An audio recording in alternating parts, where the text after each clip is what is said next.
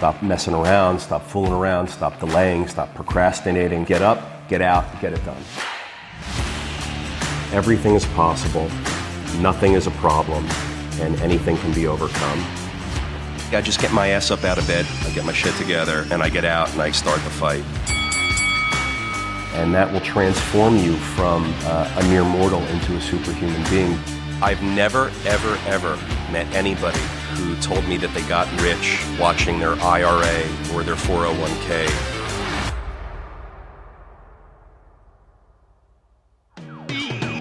Welcome to the Daily Cash Flow with Peter Siegel. I'm George Robson, and today we have on the show the curator of The Good Life herself, Barbara Majeski.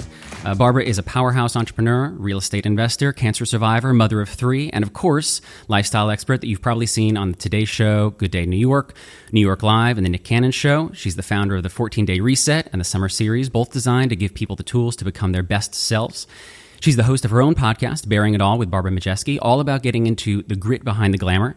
And there are likely countless other significant parts of her life that I've left out, but that's why she is on the podcast today, to fill you in on purpose, style, and one of the reasons. So welcome, Barbara. Welcome, Barbara. Yeah. Thank you for having me. That was the best bio I have ever read. That was pretty good. That was really good. So thanks, George. That bio took 2 seconds to write because it was there's so much about you. It's true. Woo. Yeah. I didn't learn about Barbara from her TV personality and TV presence. I learned about her on social media. That was going to be my first question, is like, how did you guys meet? I learned about Barbara on social media. I heard her speaking about all sorts of topics like strength, perseverance, tenacity, being down but not out, cancer survivor. She's built businesses and sales experience and all this stuff, right? Yeah. And I'm like, whoa. And then she says, yeah, and I'm from Princeton, New Jersey, and I'm on my way to the Jersey Shore. I said, I have to meet this person. Yeah. That's how we met. That's amazing. Because there isn't anybody in Princeton, New Jersey, or at the Jersey Shore that I don't know, but I didn't know Barbara. I mean, it's crazy our paths did not cross. And I think what people need to know is a drop-in audio app where we connected, not on Instagram or TikTok, right? Facebook. Nope, it was Clubhouse. It was shocking. I'll never forget the day I heard you saying, yeah, I left Princeton. You were telling the story about when your son had a seizure and you were on the road headed to the Jersey. You said, I just left Princeton and I was on my way to the Jersey Shore. And I heard those two things. And I was like, wait, what? Princeton? Yeah. Like, it was amazing.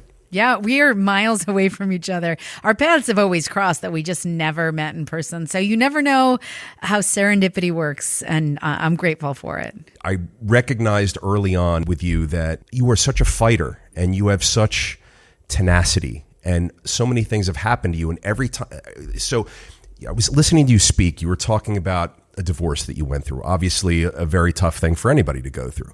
And then you start talking about being a cancer survivor. And stage 3 cancer, stage 4. I mean, you'll tell me in a second. I don't know that I'm getting it right, but like it was cancer, and you had to get treatment, and you bounce back from that. And then you start talking about building your sales teams and all the pivoting and work that you've done over the years to build your business. It's an incredible story. So I thought that we would just talk a little bit about that kind of thing today, because I've never met anybody like you. I mean, I've met people that have had things happen to them in their lives and they make it the center focus of their life and then they never move on from it. And I've met other people that have never had stuff happen to them. But you are this incredible story for me. And I always enjoyed listening to your stories and listening to you speak, because you didn't focus so much on the events that occurred that weren't great. Instead, you focused more on what you did about it. And for that, I'm grateful to have you in my life, and I'm grateful for the chance to always listen to you and really to have you here today, because that's the thing that I think that people, I love that. I think people would really love that as well. Well, I appreciate hearing that. And I have been given a lot of gifts as much as I have been given a lot of challenges. And I think it is all about how you frame it. You know, I am a descendant of Holocaust survivors, so I have a very strong belief that I was born of hardy survivor stock. And I'm also a sibling of a brother with special needs.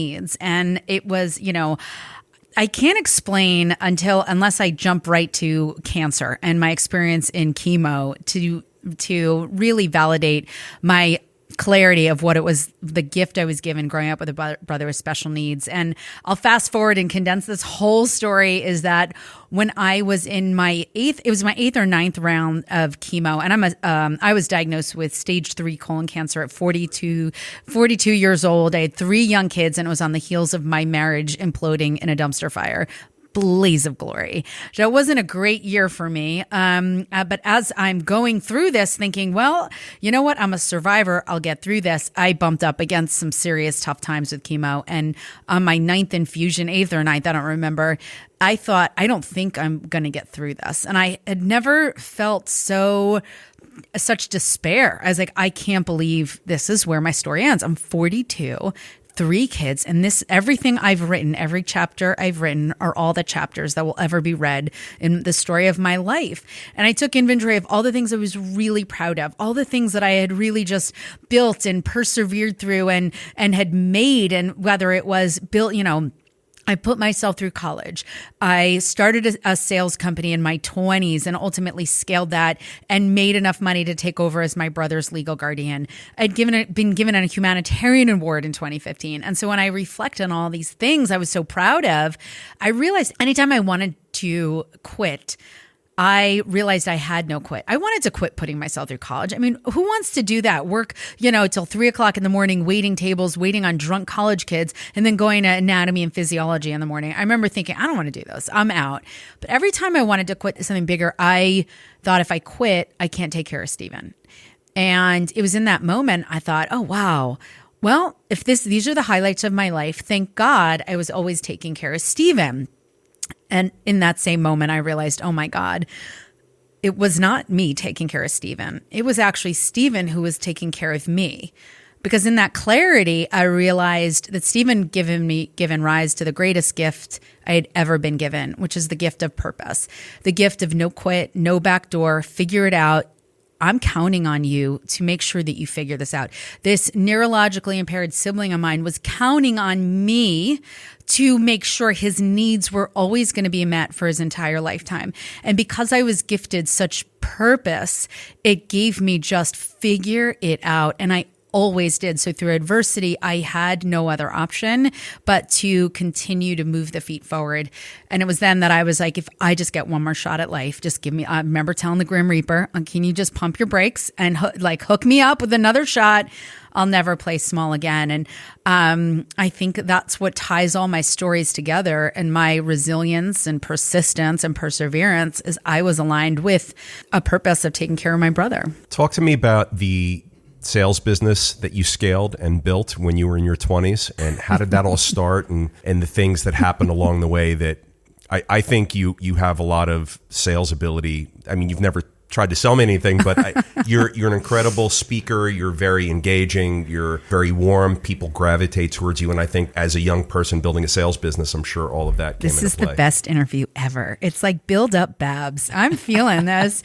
I laugh when you bring up my sales business because I was so fortunate to have this instinct early on. So what it was a door-to-door sales company in the early, 1996, 97. And I just graduated college. I was $30,000 in debt. And I realized very quickly I couldn't just take a job because a job would just pay me. I kept asking every interview, I'm like, well, how much do I get paid? And can I make more money? How do you make more money? And it was like, well, if the company does well, you'll get a bonus. And I was like, I can't build my wealth. I can't build wealth on a company bonus that's predicated on overall, everyone else has to do their job. I can't just do my own job. And I realized I really needed to be in some sort of space where I would be compensated based on my hard work, because I was willing to outwork everybody because I needed to make money, not just for myself, but also I felt that I had a special needs brother who would be institutionalized if I didn't make money. So as crass as that is, I was very money driven and very money focused. And that's all I wanted to do. I literally listened to that song by ABBA, Money, Money, Money, Money, because it really spoke to my inner core child, whatever you want to say. And so I stumbled in this direct sales door-to-door company because it was a startup. And the thought was, if we proved to AT&T, or that was our client, that we were a viable resource for new customer acquisitions instead of telemarketing or junk mail. And we could bring in the small business owner who wasn't answering their phones for telemarketing and wasn't reading their junk mail. Then we would expand. And the only way we could expand was by the people that had gone door to door. And I was like, I'm your girl. I'm your girl. But when I tell you this company looked like fly by night, total like thug life. We worked in warehouses. None of us had money. We all dressed like schmoes. I had runs in my pantyhose all the time. Everyone told me to quit. My parents were like, you are definitely part of a scam. And what kept me with my nose to the grindstone, even though turnover was like hot tamales, like it was like crazy pants, what kept me was the people and the idea and what we were doing. The people that had started this were really good people. They were of high integrity and they had big goals, and they were going to take me along with them because they could not scale this company. Like all ships rise in high tide. And I saw it. I was like, they can't grow unless I figure out how to scale sales teams. So I took a risk, but I took a risk not on a get rich quick scheme. I took a risk on the people that I was surrounding myself with, the business concept, and I took a risk on myself. And honestly, I had nothing else to lose. I was broke as a joke and I'd always had no money. So I was like, okay, what's the worst that happens? I did want to quit at one point because it just sucked. We were going door to door, 12-hour days, straight commission, no salary, no gas for your car, no cushy wushy. It was like seller be fired. There was a fire sale every day. Like you started out at zero. But man, that was the best thing I ever did. So, and I think I could go off on everything that I learned about cold call sales, straight commission, everything I learned from every door, every no, every hard no, every yes, gave me everything I have today. That's amazing.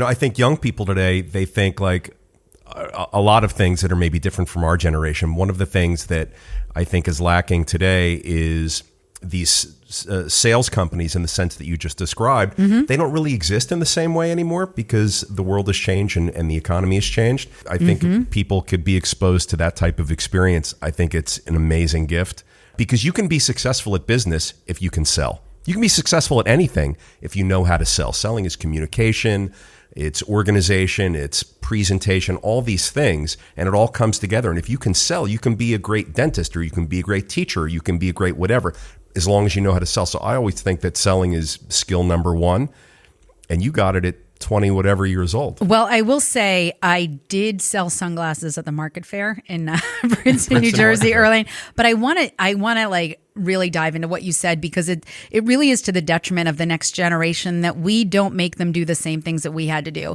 We want to give them benefits and cushy wushy and like take all the grit and grind out of it. But you don't understand is that grit is actually what builds those muscles of persistence and resilience and makes you really dive deep. It gives you muscles that you will draw upon for the rest of your life. Life is not designed to be easy. There's going to be setbacks and hardships. If you don't have the muscles of, you know what, this is, tough times don't last. Tough people do. Keep moving the feet forward. You learn in sales that you control three things, right? Your attitude, your effort, and your intention. Your intention is to go out in the field and introduce people to a money-saving product or a product that can help their lives.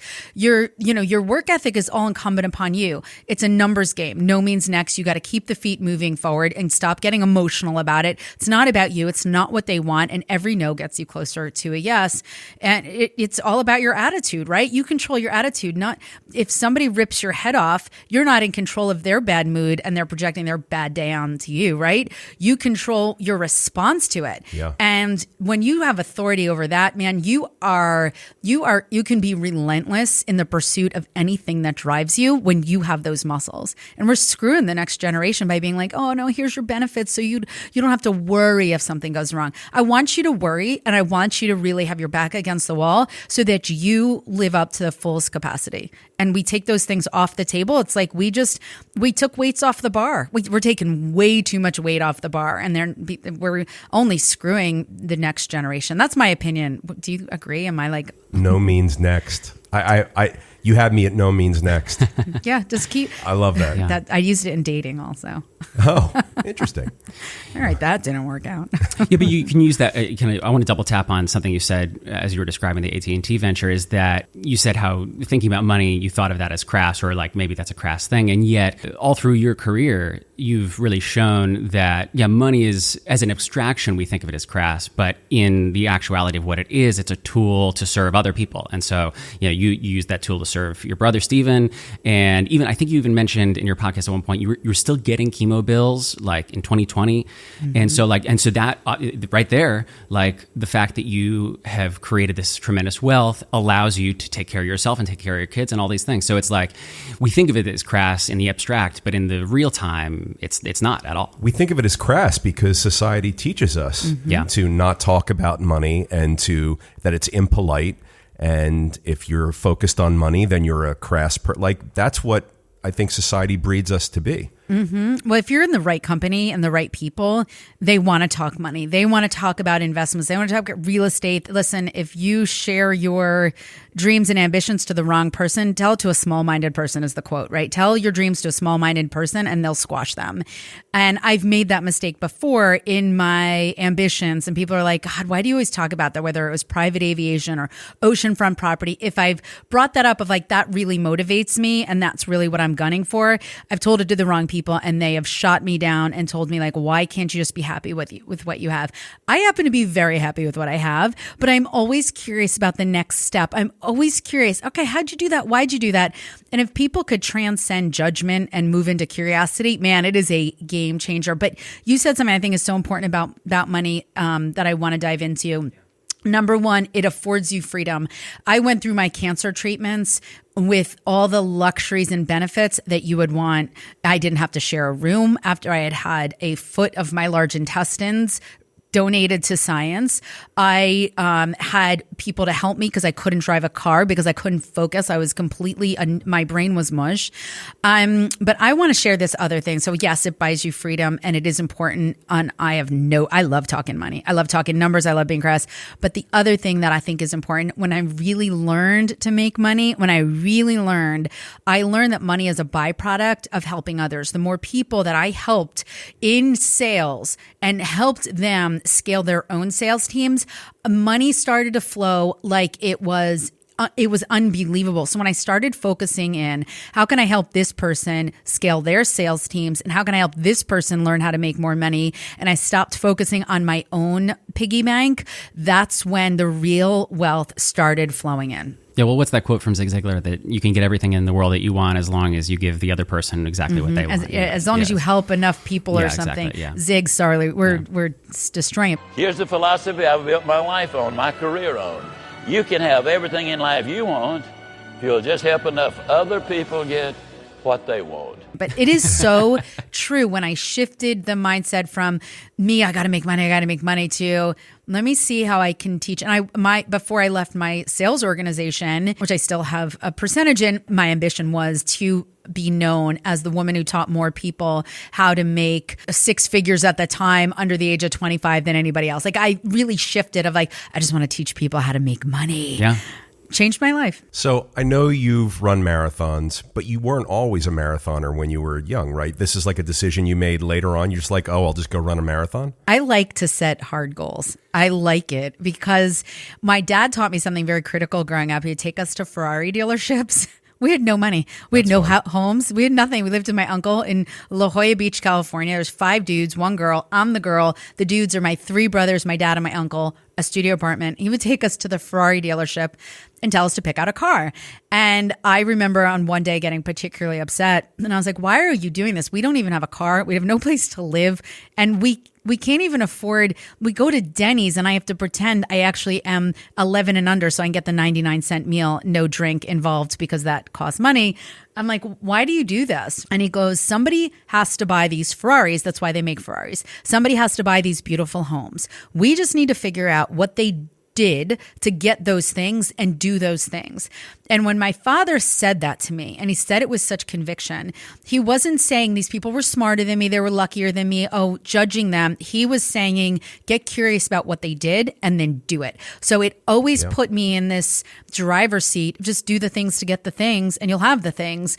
And that changed the trajectory of my life of, okay, I'll just do what they did and I'll get what they have. I get curious and I want to experience things. I'm not a very judgmental person, but that had to change. You know, I was a little judgy pants for a little bit, but now I'm like, how'd you do that? How do you have a private plane? How do you have a house on the water? I want that. That's a great thing because it shifts the conversation away from manifesting and dreaming to actually taking action and doing something about it, which is the thing that I think I love most about you is that you take action and you do things about it. There's a great quote. It's like maybe it's an urban legend about Facebook. Their quote on the wall was move fast and break things. I tend to be I'm like, let's throw it against the wall and see if it sticks. There is no fail in my book. It is only if you fail to learn. And I try things over and over again and eventually figure out what you want. It's even been that way for me going on TV. I thought TV was what I wanted and where I wanted to go. But as I move through it and I've experienced it, I'm like, I think there's other channels out there that really do move me. So you're a real estate investor among the many things that you are, but I know that you've made some real estate investments and I've enjoyed hearing some of the stories about how you came to be in some of these deals. So can you share with us some of the fun story? Well, I think they're fun, but interesting stories about what makes you choose to pull the trigger on something. How did you know when it was the right time or the right piece of property or the right investment? What inspired you at the time to know that that was the right move to make? Okay, so we're going to talk about New York. So the answer is always no unless you ask. And I think some people just make assumptions and look, what's the worst? A no is a no, even if it's a go fuck yourself no, and you can edit that, I'm sorry. Or it's just a no thank you. It doesn't matter. A no is a no and it's not a big deal. People get very emotional about it. So with New York, I have a beautiful condo in New York that is income generating. My ex-husband and I had put a huge deposit on a 28th floor and we were about ready to walk away from the deposit because we were going through a divorce and the market had softened and the value wasn't there and none of the numbers added up. He was like, listen, if we buy it and sell it, we're going to lose money in closing costs. He's like, that's not going to work. So what he had decided was we were going to take the loss and get 37% back on our taxes. I mean, this was like, can I use numbers here? $1 million deposit. Okay. And we were going to get 37% back on our taxes. And then we were going to have like less of a headache during the divorce. I went through a million different channels and I got in touch with the owners of the building and I threw a Hail Mary pass. And let me tell you something. The realtor that helped facilitate this told me I was nuts and that it was never going to happen. You can tell me a million things, but until I get that no, I am going to ask the question. I cannot impart that enough to enough people. Ask the question, take the no, and move your feet forward. Stop assuming. I called the sponsors of the building, the Wyckoffs, and I said, I am about ready to walk away from the deposit. Can we make a deal? And she was like, well, tell me what it is. And I said, I need you to transfer the deposit to the lowest floor in that building, in the smallest, and I can close the deal on my own. I don't need my future ex-husband. And she was like, we'll get back to you. And she got back to me and she said, we'd rather have you in the building. You have 14 days to close. And they transferred the entire deposit. So I bought my ex-husband out at 40 cents on the dollar. Okay.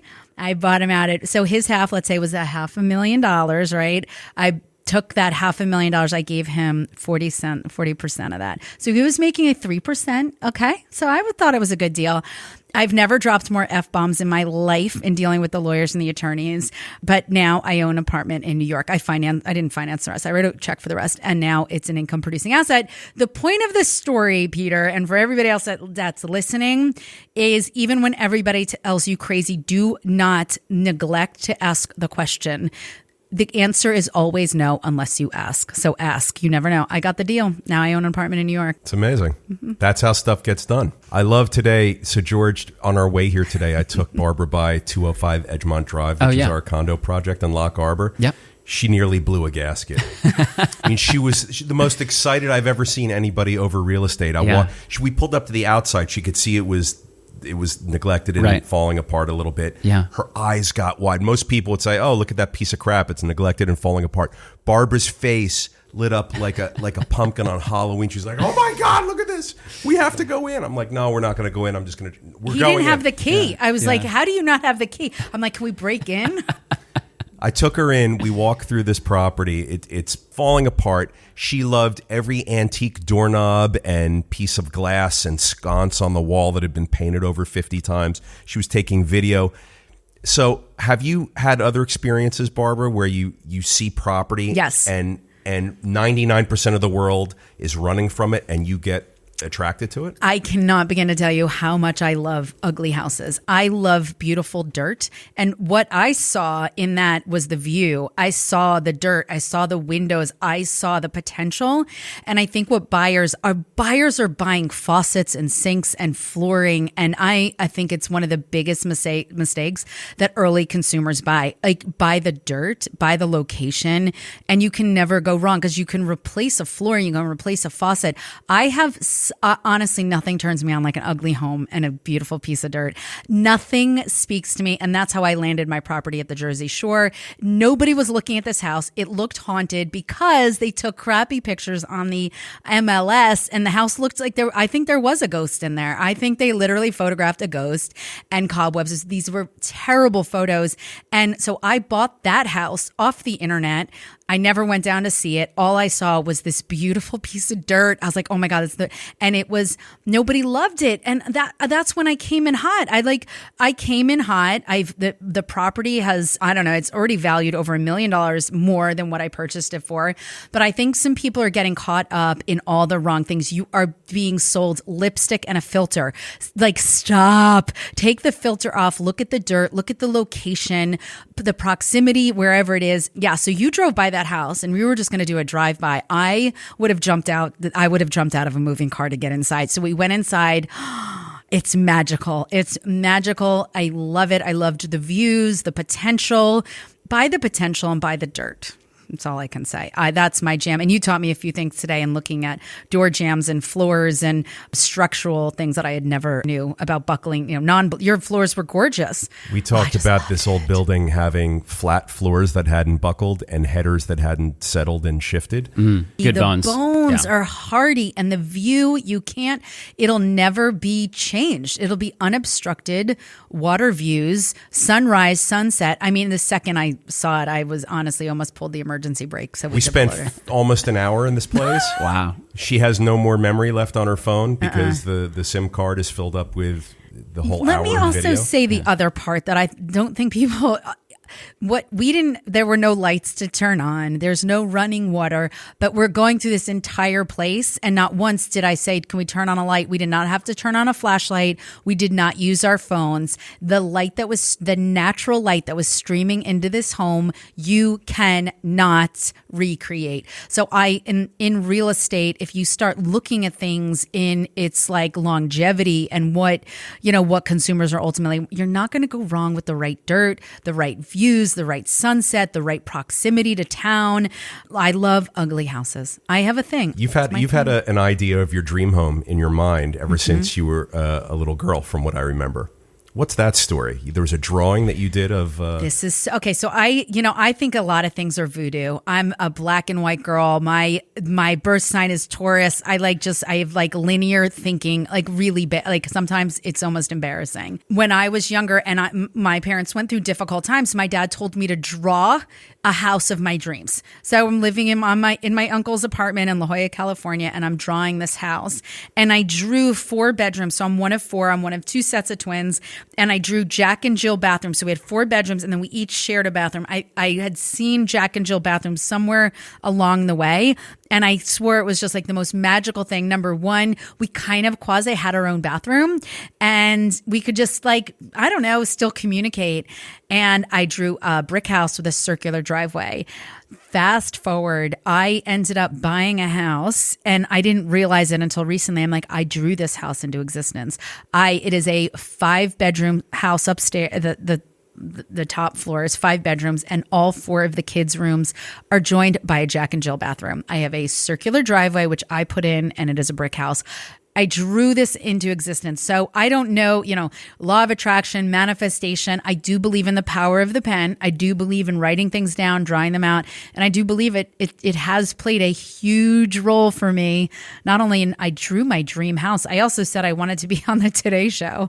You just woke up and said, I want to be on the Today Show. Well, I actually read the book, The Secret, that year, 2006, and the movie had just come out, and they're like, write down what you want to do. And I was like, well, I would like to be on the Today Show. I'd like to be Jill Martin on the Today Show. But it wasn't until I went through my cancer and realized like I had left so much on the table that I said, if I get another shot, I'm leaving nothing on the table and I'm going to pursue TV. And there's a whole craziness in there because there's so many crazy, just serendipity. But long story short is I was supposed to do media training with another woman and I was so excited about it. I booked the hotel. I was going into New York for the weekend. I was like, this was going to be my chance to see if TV was something for me. And she canceled, gave me a refund. But I didn't stop. And sometimes a rejection is actually a redirection because my next call was to Amy Rosenblum, who was the former executive producer of the third hour of the Today Show. And she ended up signing me for her media company. And my very first booking was the Today Show. But I mean, it's amazing because you went from zero to being booked on the Today Show. Like you went from not running marathons to running marathons. I hear this theme. It's repeating over and over with you. I like choosing to do hard things. And I guess I lost my story thought on that one, but you're just so right. I think sometimes I feel like we've been taught like, oh, that's for lucky people, rich people, educated people, lucky people. I don't know. Instead of being like, anything is for the people that are willing to do the work to get there. If you're willing to do the work, you can run a marathon. You can do whatever you set your mind to, but I think we get bogged down with false narratives, limiting beliefs, things that have run on loop in our, on the cassette player. Like, I think our generation, Peter, and correct me if I'm wrong, I think we were raised, and maybe not you, but more so me, save your money, pay off your house, get a good job, go to college. And we don't realize that that's been running on loop and it's expired. We're no longer listening to cassette tapes, right? We've moved on, yet we have this old cassette tape running in our head. Now I've learned through being with you and really, listening and getting curious about real estate and generational wealth.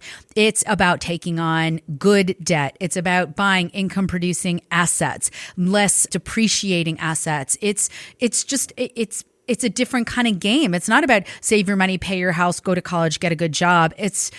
The narrative has shifted. So, but back to your question, yes, I like to choose to do hard things because I do know one thing, and my dad taught it to me, is it's in the do, it's in the action. Figure out how they did it and then just do the things to get the things. So I'm very like, okay, what's next? So I want to be on oceanfront property. I'm like, okay, how do I do that? And there's no like, oh, must be nice. It's like, yeah, it must be nice. How did they do it? And then I want to, am I willing? The question everybody needs to ask themselves, if you have an aspiration, is, are you willing to do the work?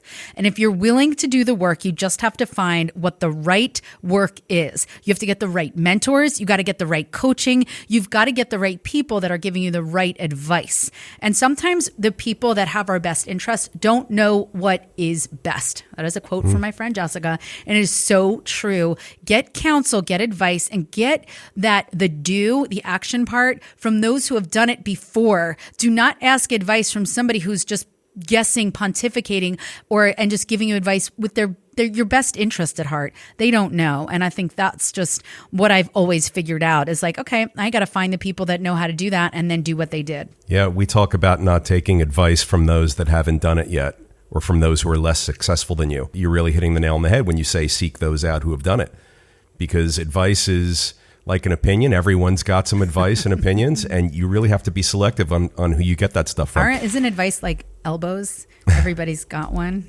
Elbows. At least one. Elbows. You talk a lot, always, and today here as well, about your kids, your family. I know you now. I know that you're very much engaged with your family, and your children are the most important thing to you. I saw you posted recently about teaching kids and younger people about the financial system and about money.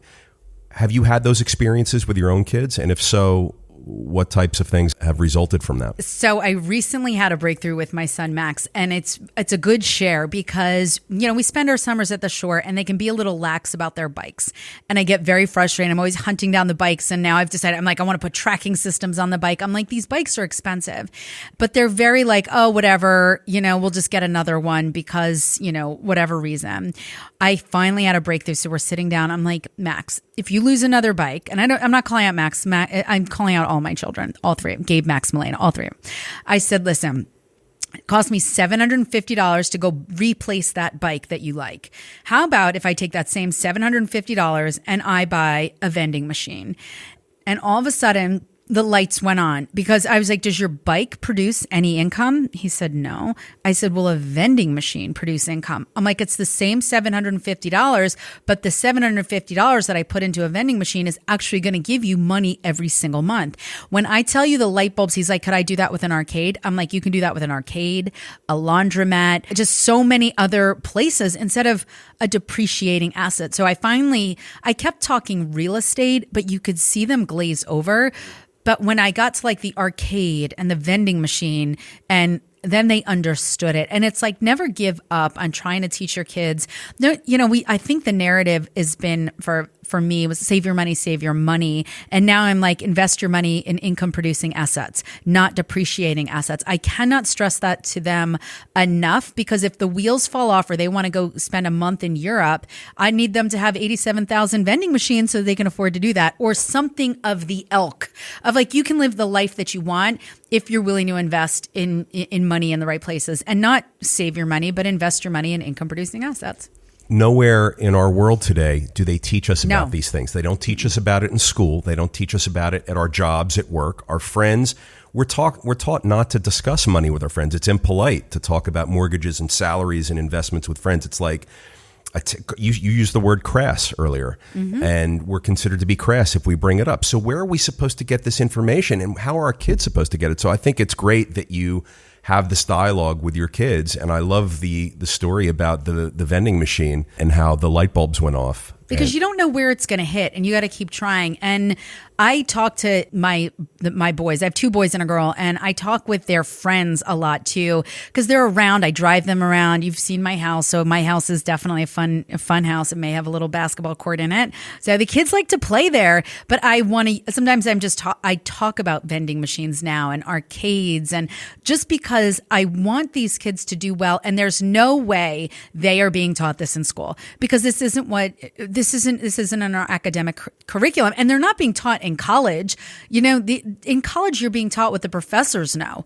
You teach what you know. The professors know how to study and regurgitate information. And I'm not knocking college, but I am knocking the narrative that is the single one modality to living your best life. That is a old false belief. And I want to start changing the conversation of get curious and follow your passion. My son Max said to me this week, he said, what if I do a gap year? I went crazy happy. Yes. Let's do it. Like, why not? Why not choose your own path? Listen, I just think where there's a will, there's a way. And again, you asked about marathons and building, generational wealth and, doing the things that I've done, being on TV. I want to teach my kids you can choose to do whatever you want as long as you're willing to do the work to get there. One of the most important things is like, what are you optimizing for? And so like when you talk about college, it's like, yeah, maybe that's, getting you some, knowledge about whatever you're studying, whether it's, art history or, English or whatever, but you're not necessarily optimizing for commerce. You're not necessarily optimizing for making money. And it's so often sold that way, but it's a false sale, cases. And it is right for all those that it's right for, but I think it's such a detriment. I see so many talented people out there, kids, young adults that are literally their heads are down. I didn't go to college, and I honestly want to be like, no, there's magic in you. There's genius in you. What is it? I remember hearing from a set of parents of like, their son was really into motorcycles and didn't go to college, but instead of really, celebrating that he was proficient in motorcycles and understood the inner workings of a motorcycle, it was they just focused on he didn't go to college. And I'm like, why have we been we're holding a generation of entrepreneurs and artists and musicians back from really living out their best life. I just want to give opportunities to everybody to know that they're a genius and they're magical in their own right. And I just can't go to college, get a good job, and go work for everyone else. That's very rote and it's archaic. It is necessary. Some people, it's perfect. It's perfect for that person, but it's not for everybody. And it doesn't make those that don't choose that path wrong. So if my son wants to study abroad and spend a year or 5 years, living in the caves of Uganda, I'm like, as long as you're serving others and you're living your best life, then mama's got your back. I mean, just a few weeks ago, we were discussing the trades and like electricians and plumbers. And like, those are things that, don't require a college degree. And people, I think, sometimes view that as like, oh, well, you didn't go to college. But they're doing great right now. And it's where the money is. You've heard me say that. Money is. So it's like... imagine they were told that they were the geniuses. There's these great stories out there about this kid that was like bombing out of school and he took the SATs and he got like a 15-20 on it. All of a sudden, everybody's like, oh my God, he's a genius. And they started treating him differently. He started acting differently and he started, hanging and he carried himself differently. And then years later, the SAT board called him and was like, sorry, that was actually not your score. But he had already achieved so very much. Right. But it's an interesting story and I am kind of ruining it. I'll have to send it to you. But the essence of it is, why are we not finding everybody as gifted as they are? Because imagine we told all these tradesmen, like, everybody, like we treated everybody as a genius and they took that into higher levels as opposed to, you're not just anything. You're an integral part in the success and like everybody's well-being. Where would I be if a toilet clogs in I have to replace the toilet? I don't even know. I'm not fixing a pipe. Well, we're taught what to think, not how to think. Yes. Oh my God. Repeat that, please. Save my soul. That was so good. We're taught what to think, not how to think. Absolutely. And that is, I think that's where we're limiting free thinking. And I want to be part of the narrative of like, okay, you know what? Go to college, get a good job is a narrative, but it's not the only one. Talk to me about this humanitarian award that you received. Oh, thank you. Well, it's the gift that keeps on giving. And if you have not read The Go-Giver, the book by, I think, Bob Berg. George knows. George knows every author. We'll correct it in the show notes, yeah.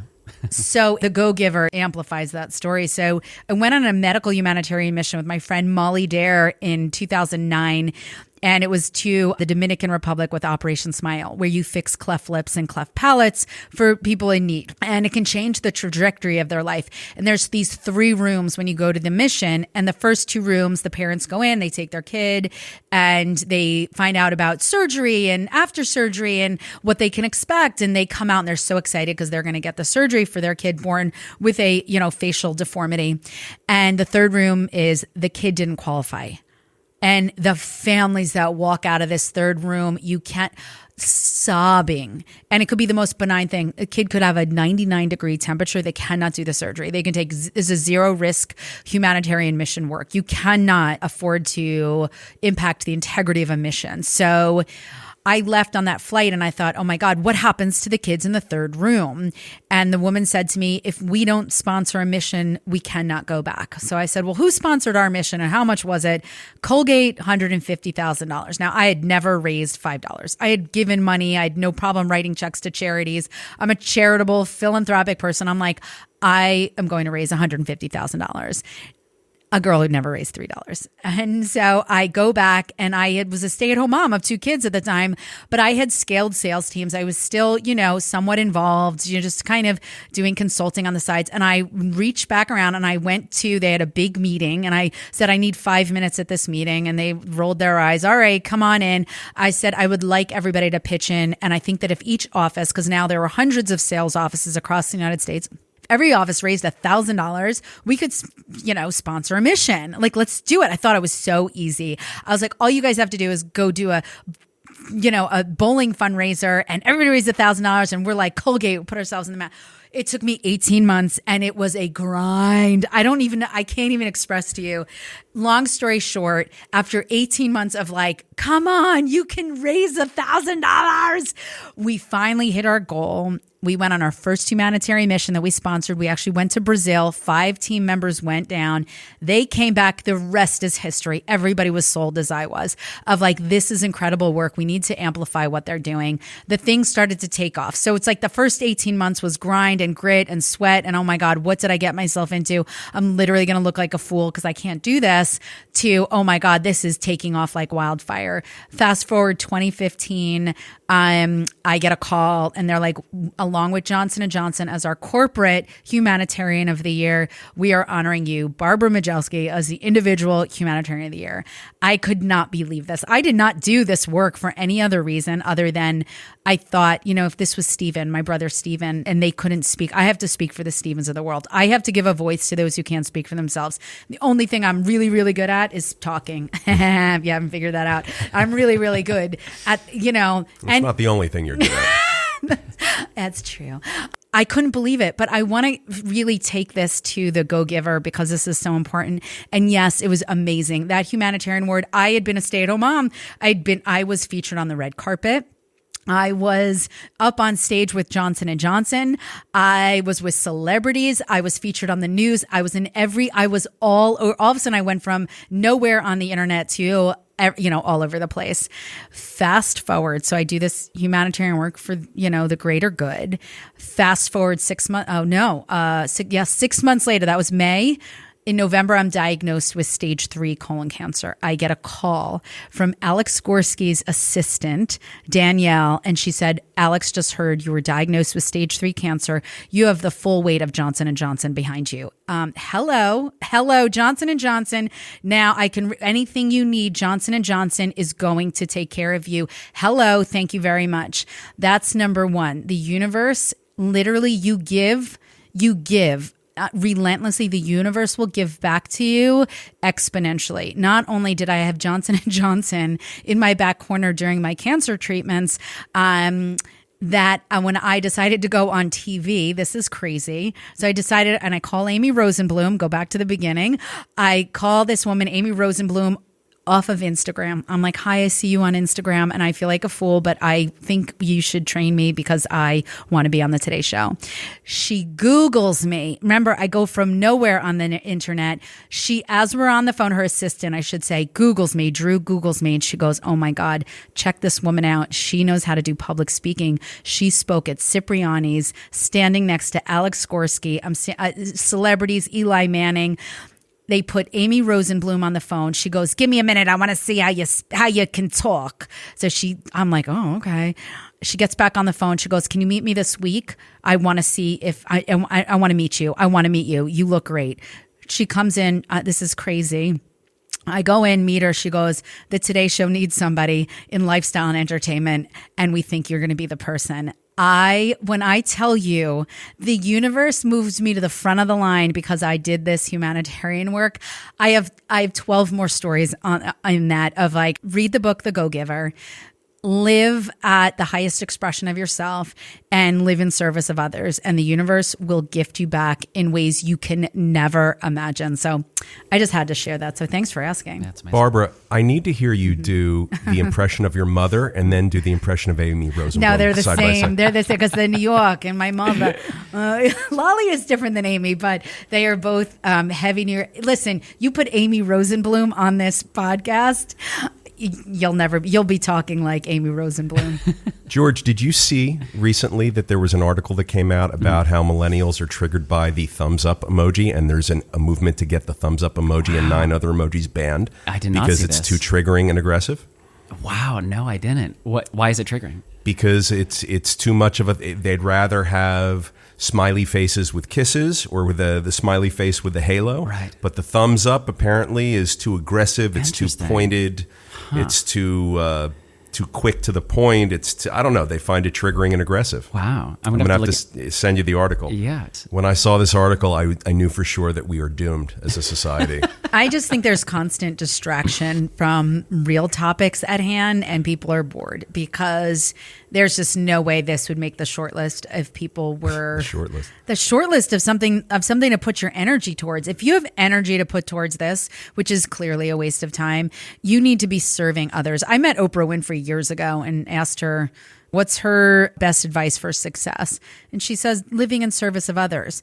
And I think, all right, you've got time to do that. Then you know something. Why don't you look where you can serve? You're not serving anybody. You're actually just you want attention. And it is an attention seeking kind of time. But we see it for what it is. You want attention, go give, go on a humanitarian mission. And that's why I went. I needed a reset.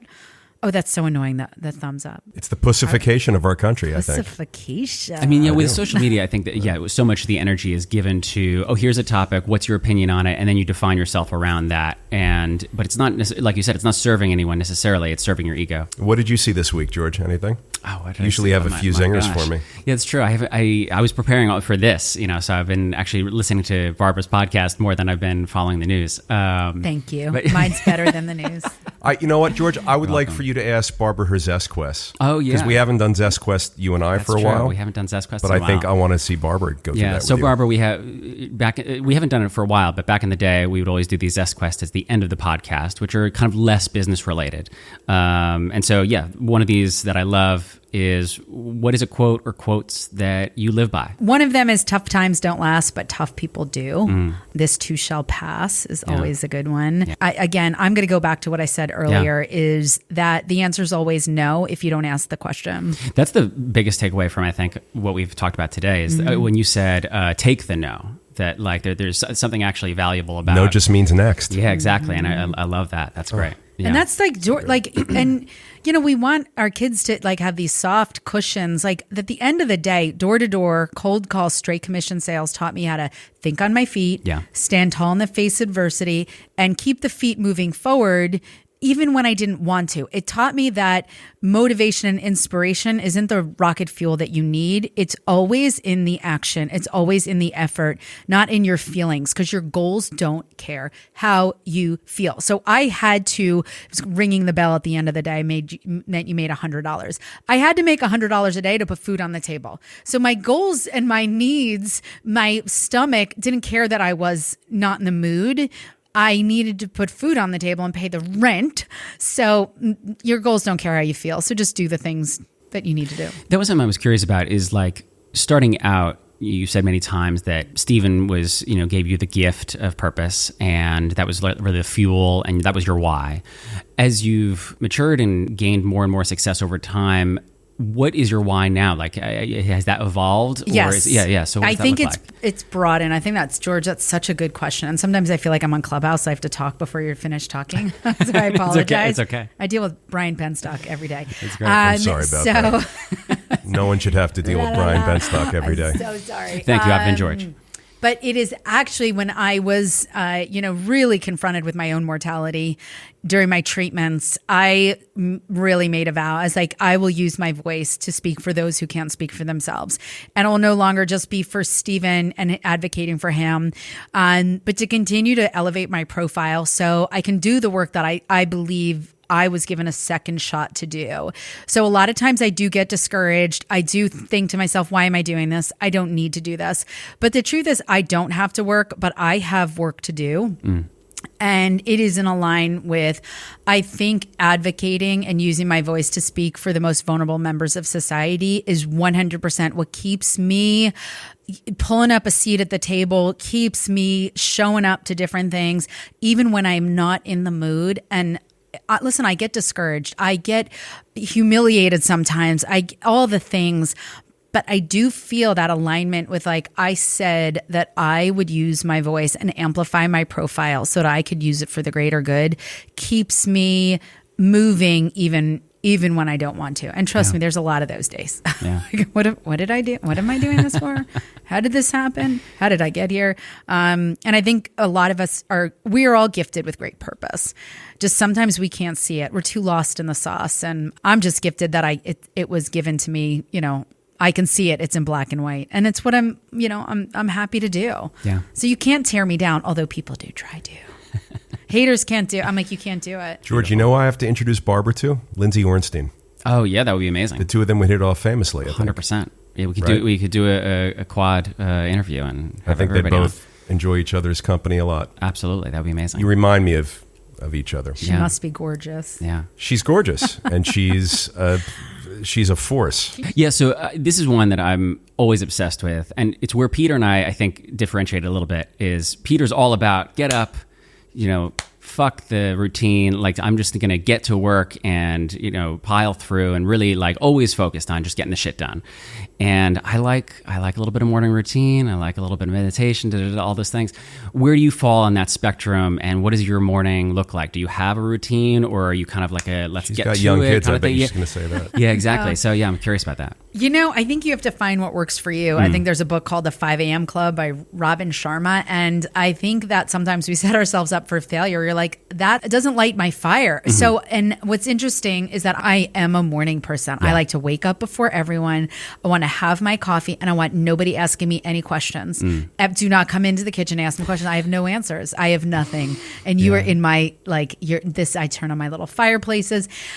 So I think everybody has to find how to start their day that works for them, and what works for you isn't going to necessarily work for me. I do like working out first thing. I worked out early this morning, but I am running a challenge right now.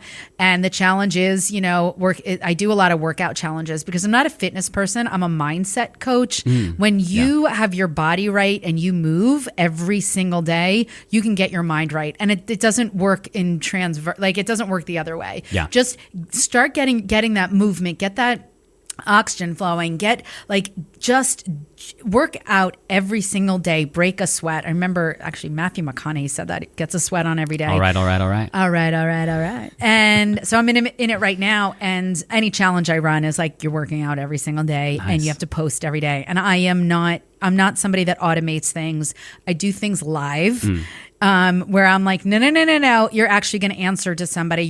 This isn't automated. You're not going to check a, box on an app. You're literally answering to me and I'm answering to you. So this morning I was up at 5 o'clock in the morning. I'm like, I'm a woman of my word. I'm a woman of action, and I do the things that I say I'm going to do. So I love this. So I work out every day. What was your workout today? I have 2 Pelotons. Oh, well, yeah. I have the treadmill and I have the bike. So I was on the treadmill and the music sucked, so I went to the bike. Fantastic. I love it. George can plank for 10 minutes. Not anymore, but in 2020, yes. Pretty impressive. I was doing a But plank don't for we 10 all minutes. agree, Yeah. when the body's right, man, the mind, when you're getting that oxygen and you're boosting you move more you're more fluid through the universe. You get in and out of your car, you run up and down the stairs. And I'm seeing a lot of people my age, they go in one of two directions, and they are either struggling to get up the stairs or they're running up the stairs. Yeah. And I always want to be that. I left something upstairs, I'm going to run up the stairs kind of girl. Yeah. Well, it's state first. You have to set you have to be in a good state to do good work. And if you're not in that good state, then you can maybe get to the work part, but it's a lot harder. Yeah, get your mind right. The rest will. People are too focused on the body, and I'm like, no. But I do love my programs because I try to teach people how to have a reset that isn't like life's a cha-cha, right? You take 2 steps forward, 1 step back. Yeah. But too many people are taking those steps forward and then 3 steps back, and then they're always kind of swimming upstream and they can't get up. And I'm like, no. Setbacks are part of the journey from New Jersey to California. You're going to run out of gas, you're going to run out of steam, you're going to get pulled over. This is how you travel, and you got to be able to cha-cha. You can't. The cha-cha isn't 2 steps forward, 3 steps back. So that's what I try to teach people. We're going to have a map, and we're going to understand that at some point we're going to blow out a tire, but that doesn't mean we throw away the car and we throw away the map of where we're going. Yeah. We got to get back on the change the tire. Yeah, no such thing as failure, just results. Yeah. There's only, you know what it is? There's no such thing as failure except if you fail to learn. It's either a win or a learn. You got to learn. What did you learn? Okay, I suck at changing a tire. All right, great. So, Barbara, where can people tap into you? What events do you have coming up? What programs do you have that people can sign up for? Yes. Or just generally be in your orbit? Because I live near you, so I'm lucky enough to be able to be in your orbit, but how does everybody else get to do that? So, you can go to BarbaraMajeski.com. You can follow me on Instagram at Barbara Majeski. You can follow me on TikTok at Barbara Majeski, but the best place is actually my website right now. I am launching a holiday challenge. It's starting November 1st, and it is a workout challenge again, where you have the one micro non-negotiable one. There's just some of my challenges have 3. This one has 1 because it's going to run November 1st until December 24th to get you through the Christmas holidays, so you don't get as stressed out, as gluttonous. I'm going to get you through the most stressful season and happy season, so that you show up for 2023 your very, very best self. It's launching November 1st, and you either sign up by November 1st or you miss it. So I don't know. You got to be in it to win it. Get on it, guys. You snooze, you lose. Yeah. I do it live. That's why. I'm like, this isn't an automated thing. This is like, we start day 1 and we end on the 24th. I've been to Barbara's programs. I've listened to her present and speak. I've listened to her coach people. She's the best there is in the business. She motivates me. She's definitely going to motivate you. I don't know if she'll motivate you, George. Are you up for the challenge though, George? I think you would really like it. There's something really gratifying when you it's like running a marathon. Yeah. You're like, I think I can do it every single day, but then you make it you set it and you don't forget it, because it's like you set it and then you follow through every day. You post and people are counting on you. It's actually, I'm really proud of the transformations I've helped people make. That's why I keep doing them. Yeah. So I have to admit something. Tell me. You said before that if you're willing to do the work, you can accomplish the goals. So I was doing these little micro running and bike and swim races, these mini tries. Mm-hmm. And the running part was like a mile or 2. It wasn't that much. And I'm like, oh, I just did 3 or 4 of these. I'm ready for a marathon. I started training for a marathon. I didn't want to do the work. Mm-hmm. I dropped.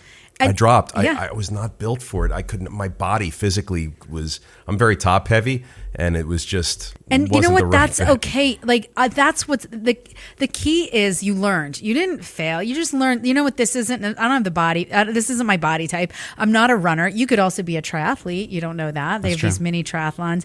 I like the pursuit of something. I just think it's the pursuit. Listen, many times I've started to train for a marathon and I'm like, I'm not willing to do the work. Mm-hmm. And that's okay. But you also can say, I'm not willing to do the work right now. Mm. I would rather hear that. I'm not willing to do the work right now. Because, you're where you're at right now doesn't mean in 10 years, things might not evolve and change. And you're like, now I want to do the work. Yeah. Now I want to, because honestly, Peter, the New York City Marathon is an experience that you carry. It is an experience. And the work is really hard. The work is harder than the marathon. You have 26.2 miles of New Yorkers cheering you on, crossing bridges. Oh my God. And then you come down Fifth Avenue at and then they shoot you right into the park and everybody is going crazy. You can't buy that high. Yeah. It's a great day. Marathon day is a great day. So maybe you're not willing to do the work yet, right? Or you got to find your thing. I feel like that's it's lifting or yoga or whatever the other thing. It's like I see. I'm doing the clubhouse thing. I talk before you finish. I'm sorry, because it's the only way. I just gave away the tip and trick for clubhouse speaking. You know what, Peter? I think biking might be your jam. I bike to the. I bike. Have you biked to the islands of Croatia yet? I've ridden my motorcycle through Croatia. So you can put that in your pipe and you want to know? I do. I'm just going to go ahead and. You could do a whole podcast on that. But seriously, those biking trips with back roads, those organized, curated. I'm doing one for my 50th. I'm not doing it for my 50th because I've got too much going on this year. My 51st birthday, which is next year, I'm just celebrating my 50th. I'm going on a back roads trip. I'm taking my kids, my family. If the boyfriend still sticks it out with me, I'm bringing his family. I'm bringing the Siegels, and I'm bringing my best friend. It's going to be a privately curated European bike trip. And I thought I'd do Croatia. I love that. So, George? I'm in. Okay. Yeah. Neil? Let's do it. Neil's in. We'll do it. It is, those backroads trips are game changers. And I brought my daughter Milena and when she was younger, so we're going to bring Abigail. Yeah, no, that sounds amazing. Barbara, you've done it all. You've traveled a lot. You've accomplished a lot. I feel completely uninteresting and boring. in this interview with you. I feel like mission accomplished, I guess. I don't know. that's the done. work I need to go do Yeah. is to go be more like you. But I appreciate you. You add a lot of value to my life. I appreciate my friendship with you. I thank you for coming here today. It's great for me to have you here because otherwise people would be stuck with me. And as we've just pointed out, that's boring. And I just think you're fantastic. And I hope that everybody gets a lot out of this talk we had Well, today. thank you. And you are not boring. I find you incredibly interesting. And this was definitely the highlights of today. Definitely this interview and that old ugly house has warmed my heart. I cannot wait to see the transformation. So you are anything but boring. And I'm grateful our paths have crossed. And it's funny that they crossed on Clubhouse, but you never know. You never know. So thanks, Peter. I appreciate it.